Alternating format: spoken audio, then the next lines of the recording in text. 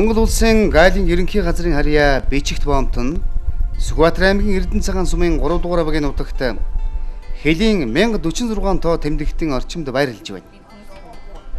Ардын хувьсгалаас өмнө Егзүр хотогтын хийдийн дэргэд тус орооны үндэсөөр тавигдсан түүхтэй.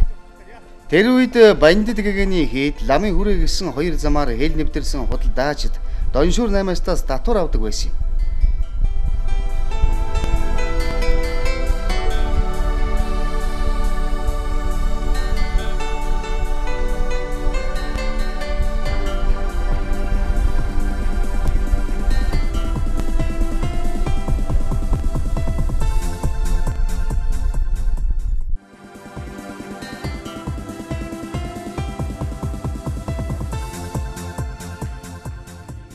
Эртний түүхтэй Бичигт боомт нь өнгөрсөн 100-д ихэнхдээ тухайн цаг үеийн хэн нөхцөл байдлаас шалтгаалan идэвхтэй үйл ажиллагаа явуулдаг байсан.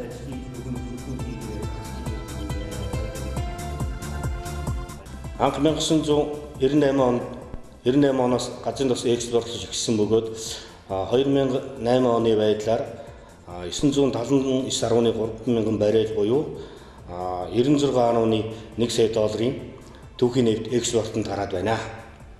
Мөн бусан нэрийн бараа бүтээгдэхүүний импортлох үйл явц жилээс өсөн нэмэгдэж байна.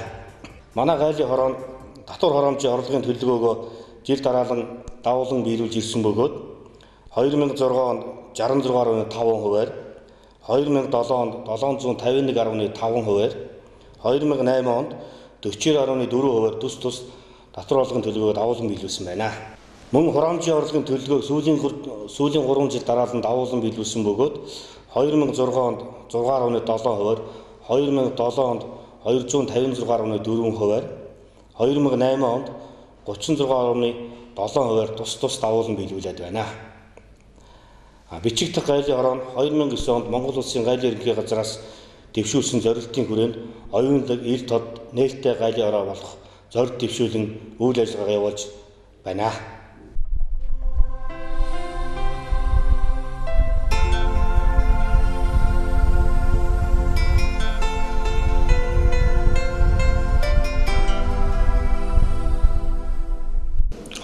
оны эхнээс 6 хэрүүгийн хэрэг илрүүлж мөн 17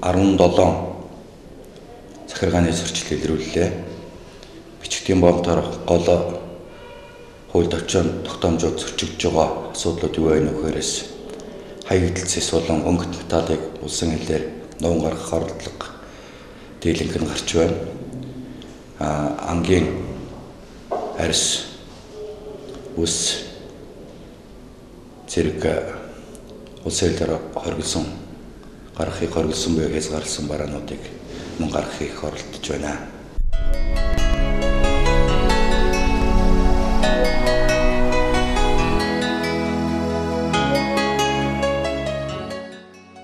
Мянга 991 он.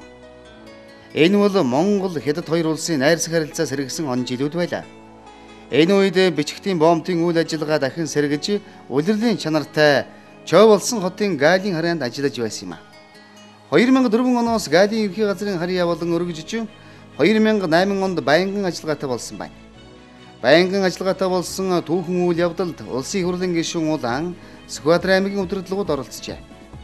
Энэхүү тус боомт нь 2008 оны 1-р сараас олон улсын шинжтэй байнгын ажиллагаатай боомт болжээ.